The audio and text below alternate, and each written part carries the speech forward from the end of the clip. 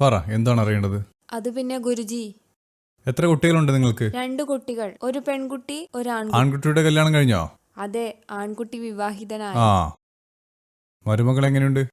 വിമലാജി, നിങ്ങളെ ഭ്രാന്തിയാക്കുക എന്നതിനർത്ഥം നിങ്ങളെ ദേഷ്യം പിടിപ്പിക്കുക എന്നതാണ്. അമിതമായി ചിന്തിക്കുന്ന സമ്പ്രദായം നിലനിർത്തുന്നതിലൂടെ ആരോഗ്യ സംവിധാനം നശിപ്പിക്കപ്പെടുന്നു, ശരീരത്തിൽ വേദന തുടരുന്നു, കൂടാതെ വെളുത്തു രോഗത്തിനും കൈകാലുകളിലെ കാഠിന്യത്തിനും സന്ധിവേദനയ്ക്കും കാരണമാകുന്നു.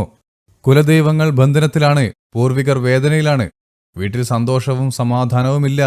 അമ്മായിയമ്മയും മരുമകളും തമ്മിലുള്ള പ്രശ്നവും മറ്റും വഴക്കിനുള്ള ഒരു കാരണമാണ്. നിങ്ങളുടെ കുടുംബാംഗങ്ങളും മക്കളും മരുമക്കളും നിങ്ങളെ വളർത്തിയെന്നൊരു മിഥ്യാധാരണ നിങ്ങൾ സൃഷ്ടിക്കുന്നു. എന്നാൽ നിങ്ങൾക്ക് തന്ത്രം ലഭിക്കുന്നില്ല. നിങ്ങൾ സ്വയം തന്ത്രം അനുഭവിക്കുന്നു. നിങ്ങൾ സ്വയം ദേഷ്യപ്പെടുന്നു, നിങ്ങളുടെ തല കറങ്ങിക്കൊണ്ടിരിക്കുന്നു. അപ്പോൾ നിങ്ങൾ തന്ത്രം ചെയ്യുകയാണെന്ന് അവർ കരുതുന്നു. ശരി, കുഴപ്പമില്ല.